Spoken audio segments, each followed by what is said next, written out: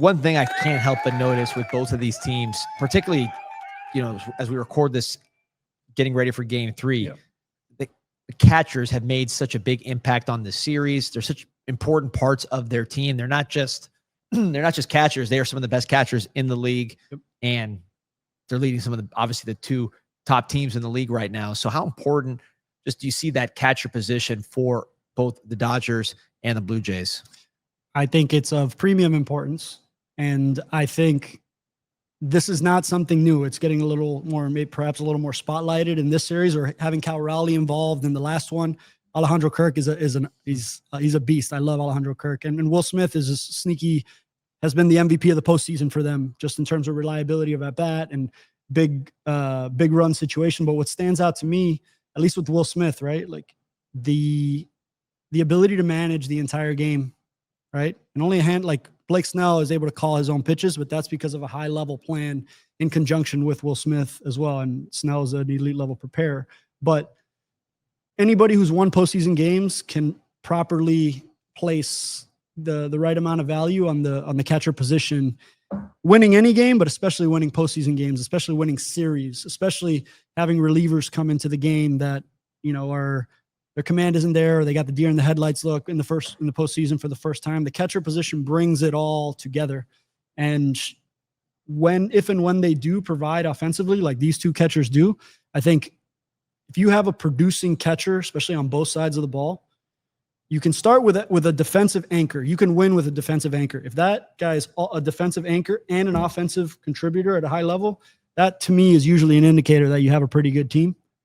Just because of that catching position touches every pitcher. It affects your position player as well, obviously. So you're in the lineup. They're just, to me, they tie it all together in a way that, it doesn't surprise me that it's getting put at a premium right now, but it's nothing new. Like, I think catching has been appropriately identified as a needle mover in postseason baseball and baseball across the board. And who are the final four teams, right? I mean, anything less than an all-star catcher in that group, I don't see it. I mean, talking about MVP caliber guy in the case of Riley. I mean, honestly, Will Smith, how far away is he from that level? I mean, you're talking about one of the, is it fair to call him a superstar of the game? I know he had some injuries this year, but just with how valuable he is as a hitter. I think it's unquestionable that he's a superstar of the game, right? But he's one of those classic underappreciated superstars that we forget how good he's been for so long, and he also doesn't have like the huge outward numbers that give you like eye-popping numbers. Even though I remember when I was looking at him in the systems that I was working in, the internal databases, they identify all the things this guy does really well, like elite level receiving, really, really good swing decisions. So it's made sense why he's been as good as he's been. But I think he gets less notoriety, especially on his own roster, given the list of names there. But I think Cal Raleigh's obviously had the elite level year, the outlier year, but I don't know that I could just select him over Will Smith if I'm going into a postseason matchup. One guy is having a great moment and is looking like he's going to have moments for a long time, and the other guy has rings and has every Dodger team that you remember being good has Will Smith as a catcher. Yeah. And there's a lot of good teams in that mix, even though there's 2 championships in that. And a lot of great players kind of in and out. Right. And a pretty consistent theme throughout is Will Smith. So I think internally I'll bet they love him.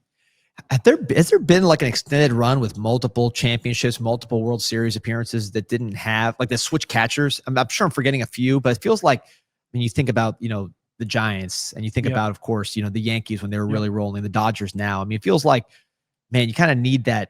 Maybe the Astros, I guess, or the Maldonado was pretty important for what they were doing. But it's like, feels like when these teams go on these extended runs, that catcher, that all-star level catcher is the rock of the whole thing.